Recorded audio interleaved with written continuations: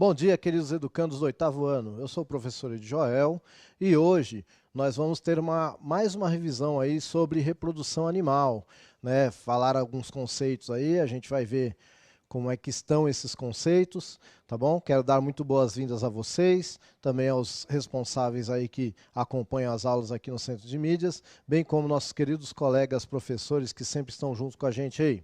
E para interagir com vocês no chat, nós temos aqui o nosso querido professor Carlos Magno. Olá, galera, que bom estar aqui com vocês novamente hoje, lembrando aí da interação do chat bem legal, que a gente possa aí coletar algumas informações, dúvidas, sugestões, impressões bem legais durante a nossa aula e espero que você aproveite, é claro, ela de uma maneira bem bacana aí. A gente está aí para ajudar, tá bom? Muito bem. Então vamos ver qual é a habilidade que nós vamos trabalhar hoje. Olha aí, ó, identificar e comparar diferentes processos reprodutivos em vegetais e animais em relação aos mecanismos adaptativos e evolutivos. Ok? É uma habilidade que a gente já vem trabalhando há algum tempo, né? Como que nós vamos fazer isso? A gente vai acompanhar pelo caderno do aluno, refletir sobre o que a gente vai conversar aqui, resolver algumas atividades. Quem já resolveu vai rever as atividades, né? Interagir no chat com o professor Magno e buscar informações, fazer pesquisas. Tá ok? Qual é o objetivo desta aula? Já falei, mas vou repetir, tá bom? É relembrar os diferentes processos reprodutivos em animais, tá ok? E aí a gente vai tentar chegar aí até o ser humano, né, que foi o que a gente trabalhou, não foi? A gente começou com vegetal, aí foi para os animais, chegou no ser humano. Falamos bastante, falamos de adolescência, de hormônio e tal, e hoje a gente vai dar uma retomada nisso aí, lógico de uma forma mais sintética, né, trazer algumas novidades, alguma besteira que eu possa ter falado eu vou corrigir hoje, tá bom? Bom, então para a gente começar, eu quero saber aí de vocês o seguinte, né, vamos fazer uma pequena interaçãozinha aí no chat aí de 3 minutos. Qual é a diferença entre reprodução assexuada e reprodução sexuada?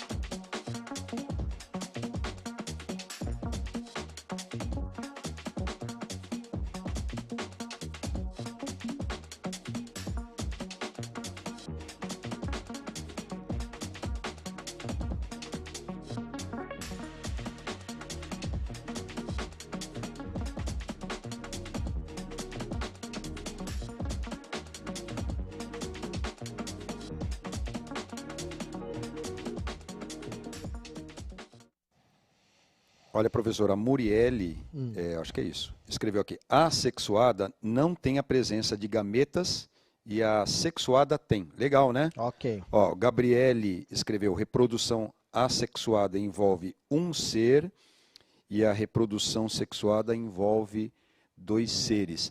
Muito bom. Eu peguei aqui também, ó, do Fábio, escreveu, reprodução sexuada envolve dois seres vivos, na assexuada apenas um.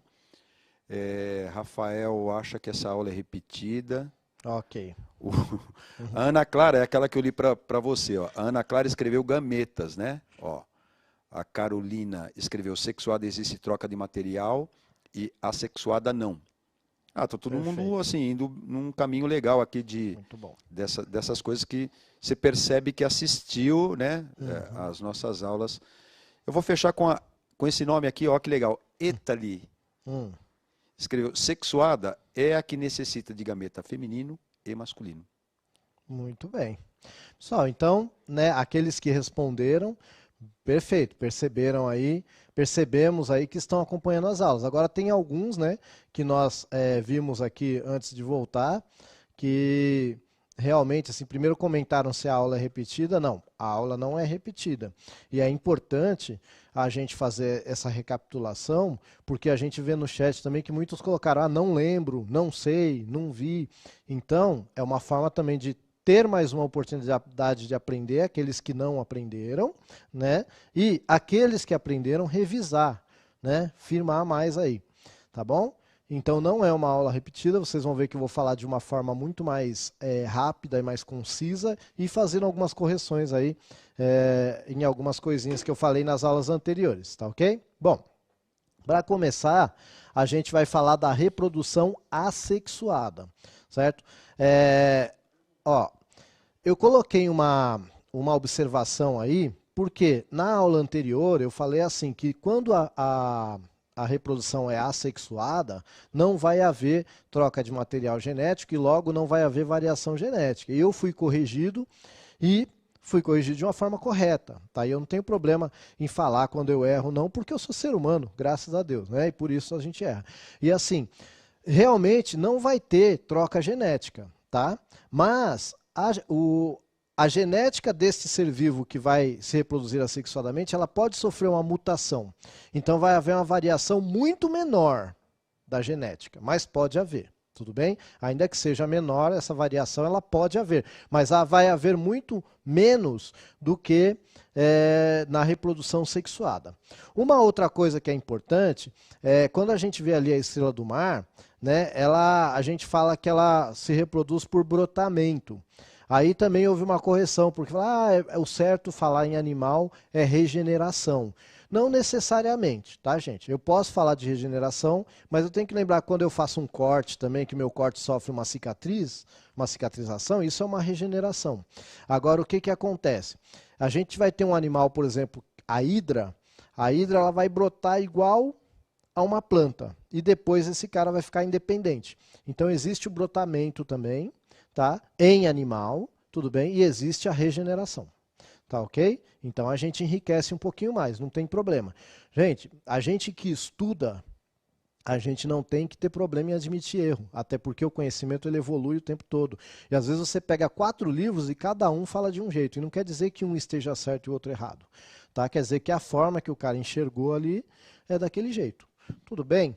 Mas é bom, a gente aprende mais. Então, ó, quando eu falo de reprodução assexuada, eu vou ter uma variação genética muito menor, somente quando houver mutação é que haverá essa variação genética. Tá bom? A questão de não haver gametas, né? Aí se eu olhar o escorpião aí, não sei se vocês lembram que a gente falou que o escorpião ele se reproduz por partenogênese. Bom, o que é partenogênese? É o óvulo que, sem ser fecundado, ele começa a formar outras células para formar um novo ser vivo. Sofre divisão celular e forma um novo ser vivo.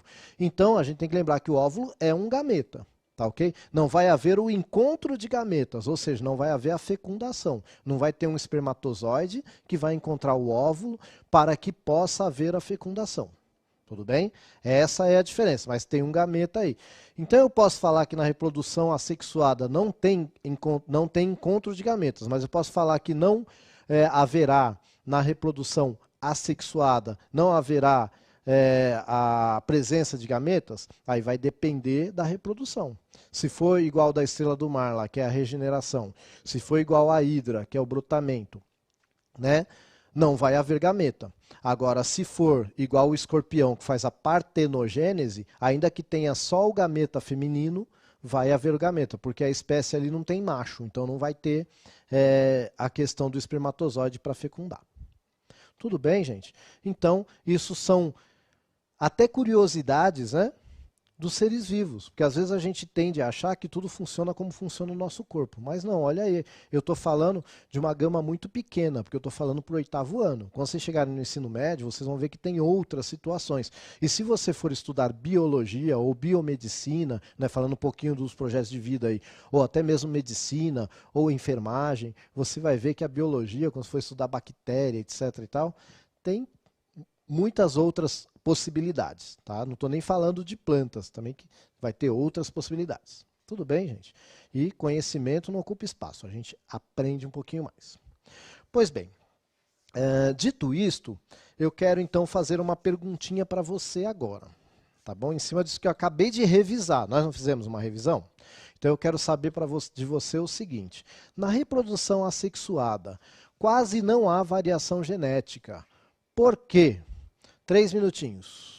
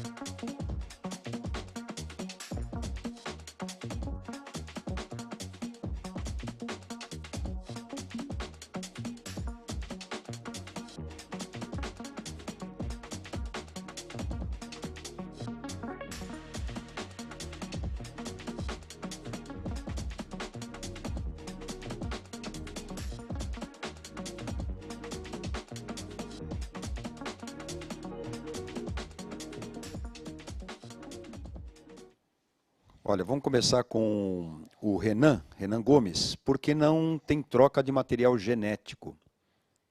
Muito bem. Aqui eu tenho também, porque não ocorre a troca, aí esqueceu de digitar o resto, o Rafael. Mas a Aline escreveu, Aline Limaza, porque há apenas um gameta. Tem mais gente que escreveu assim também. Eu destaquei aqui a Maria Gabriel. A sexuada não contém presença de gametas, a sexuada contém presença de gametas. O Eduardo também escreveu, porque não há gametas na reprodução. Muito bem. Ó, eu coloquei, tem uma outra aqui, ó. Rafael dos Santos, pois há apenas um ser vivo se reproduzindo, professor. E muito bem. Vamos terminar com a Vivian, que escreveu, por que não há fecundação? Muito bem. Porque não há fecundação. Eu vou partir daí. Gente, perfeito. Às vezes a gente vai ter um gameta envolvido, às vezes não vai ter gameta envolvido, quando eu estou falando de reprodução assexuada. E quando eu estou falando de reprodução sexuada? Se a gente está falando de animal, tem que haver fecundação. E o que é fecundação? Olha só. Primeiro a gente vai relembrar o que é gameta. Tá ok? Então, gameta.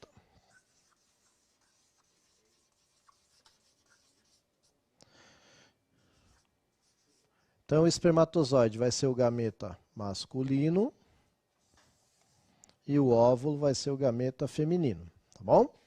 Gameta. Então, eu tenho o espermatozoide. Esse aqui é o símbolo do macho, tá? Esse aqui é o símbolo da fêmea. Então, eu tenho o espermatozoide, que é o gameta masculino, e eu tenho o óvulo, que é o gameta feminino. Aqui dentro vai ter material genético, tá bom? Aqui dentro vai ter material genético. Ok? Quando o espermatozoide nada até aqui, ele perde todo o corpo dele, o material genético vai entrar aqui e vai ficar um do lado do outro. Ó, aqui é o do espermatozoide, aqui é o do óvulo. Neste momento aqui, ocorreu a fecundação. É quando o material genético do espermatozoide consegue entrar no material genético do óvulo. Tudo bem? Isso que a gente chama de troca de material genético. Então, deixa eu só colocar aqui, senão vai ficar bravo comigo. Ó. É a Melry Eduardo escreveu, porque não existe troca de gametas, tá bom? Perfeito. Então acertou, né? Ok. Troca de material genético com os gametas. Perfeito. Gente, agora olha só que interessante. Quando eu falo de fecundação, e aí eu já estou falando de reprodução sexuada, né? Lembra que A em grego quer dizer não. Então, assexuada quer dizer sem sexo, tá? E sexo para a ciência é troca de material genético, tudo bem? Bom, eu posso ter a fecundação de uma forma externa, tá bom? Então, como é que funciona a fecundação externa? Normalmente eu vou ter um corpo aquoso. O que é um corpo aquoso? Normalmente tem que ser uma aguinha mais paradinha, né? Então vai ser um lago ou uma parte mais profunda de um rio, assim que a água esteja mais parada, enfim, tá bom? Então aqui está representando o ambiente fora d'água, o ambiente dentro d'água, tá? Aí normalmente o que acontece? A fêmea vai soltar um monte de óvulo. Professor, não é ovo? Não, é óvulo. Tá? Eu só vou chamar de ovo depois de fecundado. Enquanto não foi fecundado, é óvulo, tá bom? Então, ó, a fêmea joga um monte de óvulo. E o macho vem nadando e solta uma nuvem, é nuvem mesmo, de espermatozoides, tá bom?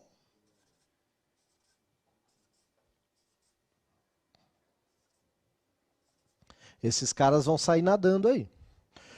O espermatozoide que conseguir encontrar um óvulo vai fazer uma fecundação. Eu chamo este processo aqui de fecundação externa.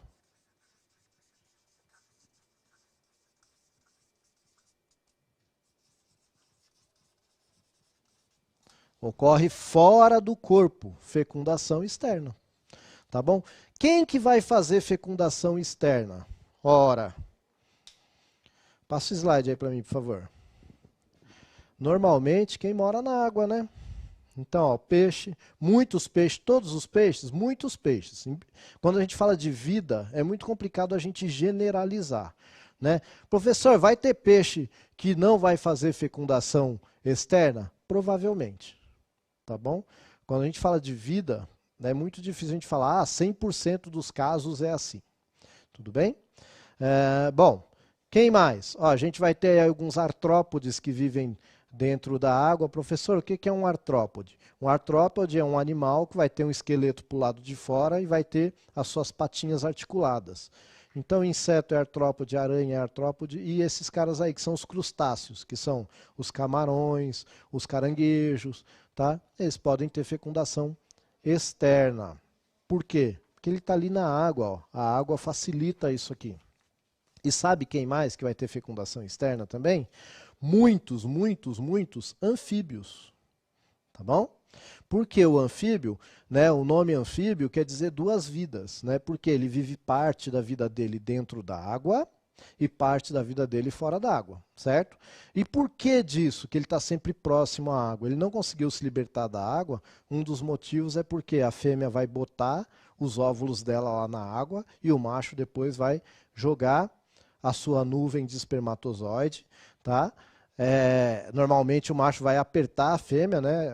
Chama de amplexo, é um tipo de abraço, e ela vai soltar o óvulo e depois. Só que aí esses ovos serão fecundados externamente. Em algumas espécies, o sapo vai até levar, e às vezes é até o macho que leva os ovos fecundados dentro da boca, tá? Mas a fecundação é externa, e pode cuidar deles até que saiam lá os girinos, né? Mas a fecundação é sempre externa. Sempre não, né? Não posso dizer sempre, mas na maioria das vezes externa, tá bom? Até onde se conhece, com certeza haverá fecundação interna também em algum, é possível, tá? Mas via de regra é externo. Isso está ligado à evolução. Esses caras ainda estão dentro d'água, tá bom? Eles estão tentando se livrar da água, né? Mas ainda estão muito dependentes da água.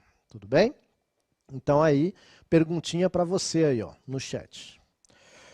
Por que muitos peixes e anfíbios terão fecundação externa? Então o que vai facilitar essa fecundação externa aí? 2 minutinhos.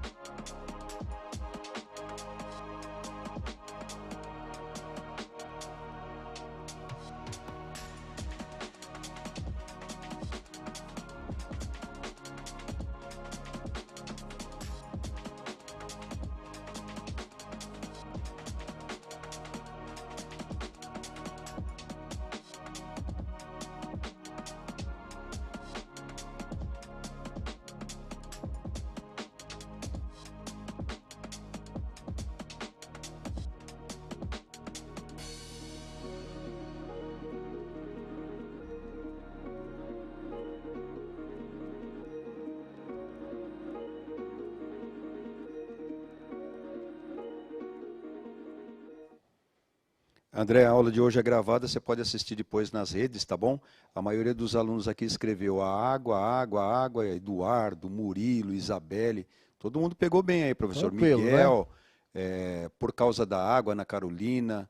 Vamos ver se dá para ler bastante nomes aqui. Ó, Rebeca escreveu água, porque vivem na água, Lívia. Beatriz escreveu também, Leonardo, Acho que é professora Rosana, um abraço, professora Rosana, porque vivem em ambiente aquático que facilita a fecundação externa. Olha aí. Perfeito, gente. Então, olha só. Aí, né, sempre vem um questionamento. Eu não estou aqui para conversar com vocês diretamente e tal, mas eu sempre na sala de aula, quando a gente fala sobre isso, vem um questionamento. Ah, professor, mas e se um espermatozoide de um peixe entrar no óvulo de um sapo, de uma sapa, né? Isso não acontece, tá? Porque, assim, toda regra tem exceção, mas via de regra não acontece. Por quê? Porque é uma defesa química. Tá? Aqui no óvulo vai ter uma defesa química que vai tanto atrair o espermatozoide da espécie somente, como vai proteger para não deixar nenhum outro espermatozoide de nenhuma outra espécie entrar. Tá bom? Então, esse espermatozoide que, se ele for de sapo, ou de sapa, né? Esse óvulo aqui só vai entrar espermatozoide do sapo e da espécie. Inclusive, o que separa uma espécie da outra é isso. Tá bom? Um ser vivo, ele só é da mesma espécie se ele consegue reproduzir. Tá? Salvo raras exceções. Eu sei que quem tem mais contato com a vida rural aí já deve estar pensando na mula, no burro, tal, mas aí são exceções da regra. Tá? Mas a regra é que isso não aconteça. Tudo bem, gente? Então, existe uma defesa química ali para que isso não aconteça. Bom, aí a gente vai ter então, e é isso mesmo, é água. Fechou. Aí a gente vai ter então os seres vivos, os animais que vão se reproduzir de forma sexuada por fecundação interna, tá bom? E quem vai ser? Ó, a gente tem um exemplo aí que muita gente que está me assistindo deve conhecer. Você pode conhecer como teiu, pode conhecer como tiu, né? Dependendo da região vai chamar de um jeito, mas é um lagarto muito comum na Mata Atlântica e é comum em outras regiões também do Brasil, tá bom? E ele é um réptil. Todo réptil vai ter, ou pelo menos a maioria dos répteis, vai ter fecundação interna. Tudo bem? O que é a fecundação interna? Você vai ter a fêmea e essa fêmea precisa ser fecundada. Tá, okay? Então ela vai produzir óvulos e aí ela precisa que haja, né, ali o ato sexual para que o espermatozoide seja injetado dentro da fêmea e o espermatozoide consiga nadar até o óvulo. Tudo bem? Isso é fecundação interna, acontece dentro do corpo. E aí, a gente fala assim, que a gente tem que carregar o nosso mar particular. Né? Por que a gente tem que carregar o nosso mar particular? Porque se a gente não está no ambiente aquático, então a gente tem que criar um ambiente para que isso aconteça. Né? Tanto é que a gente, uma das provas, vamos dizer assim, né, da teoria da evolução do Darwin, é justamente essa, que até nós, seres humanos, nos desenvolvemos enquanto embrião dentro de uma bolsa cheia d'água. Tá? E aí a teoria, né, que é lógico que depois foi estudada por outros, etc. e tal, e foi sendo formulada ao longo aí dos anos, não foi só com Darwin, é que toda a vida começa na água e depois vai saindo da água aos poucos. E a gente vê isso em fósseis e a gente vê isso até na evolução do ser vivo aqui, do ser humano, quando ele começa a se desenvolver, ele tem uma grande fase da vida aí que se desenvolve dentro de uma bolsa d'água e aí depois então ele sai para o ambiente terrestre. E essa bolsa d'água vai ficar dentro da fêmea. Vocês estão entendendo? Então, ó, a gente começa no ambiente aquático e aí depois a gente sai para o ambiente terrestre. Mas para eu me livrar do ambiente aquático, para eu poder viver até em deserto, você encontra répteis, por exemplo, vivendo no deserto, né? Eu preciso ter a fecundação interna, tá bom? Então é um processo evolutivo mesmo, tá? Para eu poder sair de perto da água e poder explorar melhor o ambiente, porque a água já estava ficando sem comida, etc e tal, e aí eu posso explorar mais ambientes. Tudo bem, gente? Mas aí, alguns exemplos. Ó, a gente tem então as aves, né? Aí a gente está vendo uma ave de rapina, mas desde pequenos pássaros, né, até as grandes aves de rapina são todos aves, tá ok? E também vão ter fecundação interna, tá bom? E por último aí, um mamífero, né? Essa sim é uma onça pintada, né? Aí um mamífero bonitão, pra gente, que nós também fazemos parte deste grupo, tá bom? Que é o grupo dos mamíferos. Só pra gente lembrar, para eu ser mamífero eu tenho que ter pelo, ó meu pelinho, que bonitinho. Tem que ter pelo e glândula mamária, eu também tenho. Tá? Então, esse é o que caracteriza os mamíferos, tá bom? Então, se o cara tem pelo e tem glândula mamária, é mamífero. A gente está dentro desse grupo, gostando disso ou não. Tudo bem, gente? Bom, Agora eu quero saber de vocês aí, se é tudo isso mesmo, tá bom? Eu quero saber qual é a vantagem ou as vantagens, se você achar que tem alguma desvantagem e quiser pôr também, tá? De se ter fecundação interna. 2 minutinhos, tá bom?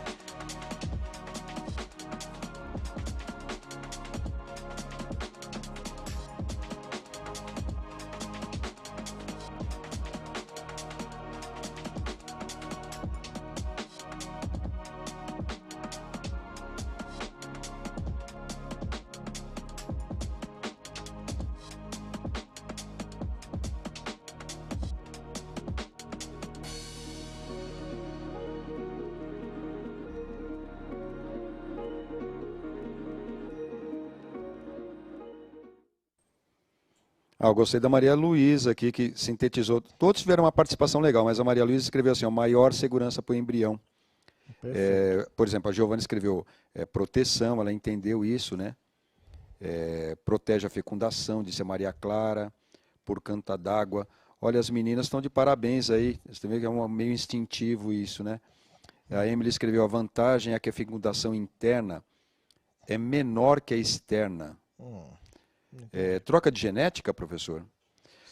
Porque dentro da água a fecundação vai ser mais rápida. Acho que a pergunta daquela anterior, né, disse aí o Vinícius. E a Julie, acho que é isso, ó, Julie escreveu, o ambiente é mais protegido. Quer dizer, essa ideia da proteção está muito presente aqui, professor. Perfeito, então a gente tem que ver que é isso mesmo, uma das vantagens é essa, né? Eu posso cuidar melhor da minha prole, mas nem sempre, tem alguns ovíparos aí que não vão cuidar tanto assim, mas via de regra, primeiro é a proteção, mas a grande vantagem é que eu fico mais independente da água, eu posso explorar outros ambientes, tá? Então essa é uma vantagem evolutiva, eu não tenho que ficar preso à água, tá ok? Então essa é uma vantagem evolutiva muito importante. Você tinha alguma coisa para me comentar? Então, tenho duas, professor. Se me permite aqui, ó, a Júlia Ferreira escreveu, há uma maior variabilidade genética e eu ainda tenho mais uma aqui. Sim. Então, da maior variabilidade genética é assim, mesmo a fecundação externa é sexuada e vai ter uma maior variabilidade genética também, tá? Então, não é uma vantagem exclusiva da fecundação interna, ok? E a outra aí, qual que é? A outra é uma piadinha, peixe não morre afogado, Ana Júlia. Ah, então, olha só. Ana Júlia, o peixe não morre afogado, o professor vai comentar, eu estou com vontade de comentar, mas vou deixar o professor. Eu gosto de ser desafiado, eu tenho esse problema. Ó, é assim, nós respiramos o oxigênio do ar. Então, nós estamos mergulhados na atmosfera. Se faltar oxigênio no ar, a gente morre sufocado, mesmo respirando ar, só não vai ter oxigênio. A mesma coisa é o peixe na água. O peixe, ele respira o oxigênio dissolvido na água. Se não tiver oxigênio na água, ele vai morrer afogado sim. Quando o peixe, tem peixe que é pulmonado, ele enfia a cara fora d'água e consegue respirar o ar atmosférico. Então, você sabe que um corpo de água está com pouco oxigênio porque você vê que todos os peixes vão para a borda e ficam tentando respirar, porque ali na borda tem mais oxigênio. Então, o peixe morre afogado, sim, tá? É só você tirar o oxigênio da água que ele vai morrer afogado. Assim como nós morremos sufocados estando mergulhados no ar. É só acabar o oxigênio do ar. Que o ar vai continuar, a gente vai continuar respirando, mas como não tem oxigênio, a gente acaba morrendo sufocado. Tá? Então essa história de que peixe não morre E afogado, é legal, né? é legal, o bom humor é bem-vindo. É bem-vindo. Sim, lógico. Tá bom? É igual a história de quem veio primeiro, o ovo ou a galinha, né? Partindo do princípio da evolução, o ovo veio muito primeiro, porque peixe chegou antes do que a galinha, ele já botava ovo. Tá? Então a gente acaba com as piadas. Muito bem. Gente, agora para terminar este tema, eu vou chegar em nós. Por quê? Vocês eram crianças até bem pouco tempo atrás. E quem ainda quer continuar sendo criança, ó, eu sou até hoje. Tá? Apesar da minha barba branca e meus cabelos brancos, eu continuo sendo criança. É muito mais legal do que ser adulto. E a gente tem uma infância. Por que que a gente tem essa infância? Porque o ser humano ele vai ter necessidade de aprender muita coisa. Então os animais normalmente têm infância curtinha, porque ele não tem muito o que aprender. Ele tem que aprender a caçar, tem que aprender... E aí ele aprende brincando. Muitas coisas nós aprendemos brincando também. Então a infância é extremamente importante. Mas aí a gente chega numa fase que a gente chama de adolescência, que é a fase que nós estamos deixando de ser crianças e nos tornando adultos. Isso aí também vai, né? A doutora já veio aqui, explicou muito bem, vai aí dos 12 aos 20, dos 11 aos 22, vai depender de pessoa para pessoa, tá? Dos 13 aos 19, cada pessoa vai ter a sua fase da adolescência. Mas é nessa fase, principalmente no começo aí da adolescência, que começa a nossa maturidade sexual. Né? Então, já que o tema hoje é reprodução, não é esse? Então, o que vai acontecer? Os meninos vão começar a produzir os seus espermatozoides. Tudo bem? Os meninos, eles nascem, eles não produzem espermatozoides. Mas aí as suas gônadas sexuais, né, que é o testículo lá tal, ele começa a amadurecer e vai começar a produzir os espermatozoides. E nas meninas? As meninas já nascem com todos os óvulos. Tá bom? Só que esses óvulos estão imaturos. Aí quando elas chegam na adolescência, esses óvulos vão começar a amadurecer e serem liberados. Por isso que ocorre a menstruação. Né? O óvulo ele é liberado e aí tem um hormônio que avisa o corpo que o óvulo foi liberado. Se o óvulo não for fecundado, ele vai, quando ele chegar próximo ali da parede do útero, tá? A parede do útero vai descamar, isso que é a menstruação, e vai jogar esse óvulo fora, tá bom? Porque não foi utilizado. Então, quando a menina começa a menstruar, é porque ela já está amadurecendo os seus óvulos. Isso quer dizer que, então tá bom, então eu já posso fazer sexo, já posso me reproduzir. Não, o seu corpo está se preparando para isso. Você ainda tem aí um longo caminho a percorrer, tá bom? Esse é o tipo de coisa que a gente não pode ter pressa, a gente tem que ir com cautela, tá bom? Então, assim, mas é só para você saber o que está acontecendo no seu corpo.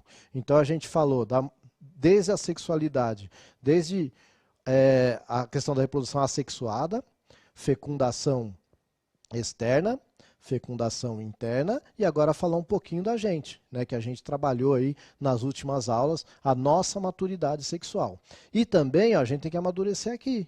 Tá? Tem alguns aí que a gente olha no chat, né, que ainda estão muito imaturos. Então, ó, lembra que aquela conversa que eu sempre tenho com vocês. Ó, você quer ser tratado como maduro? Haja como alguém maduro, saiba respeitar, saiba em que lugar está, saiba o que deve comentar, o que não deve, tá bom? Não pense que o professor não lê os xingamentos que alguns colocam, lê também. É que a gente só acha que não vale a pena ficar dando destaque para esse tipo de coisa, já que a maioria entende qual que é a proposta e está trabalhando direitinho. Queridos, então só sistematizando rapidinho aí, todos os seres vivos se reproduzem sexuada e assexuadamente. A forma de reprodução está relacionada com a história evolutiva, tá bom? Muito obrigado pela aula de hoje, tá? Obrigado mesmo. A gente vai ficando por aqui, um abraço a todos, até a próxima.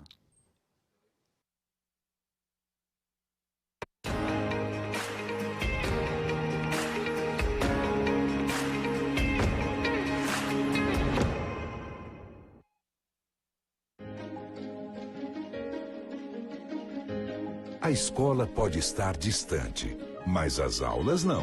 Por isso, o governo de São Paulo criou um aplicativo online de aulas com chats para todos os estudantes da rede pública de ensino durante a quarentena.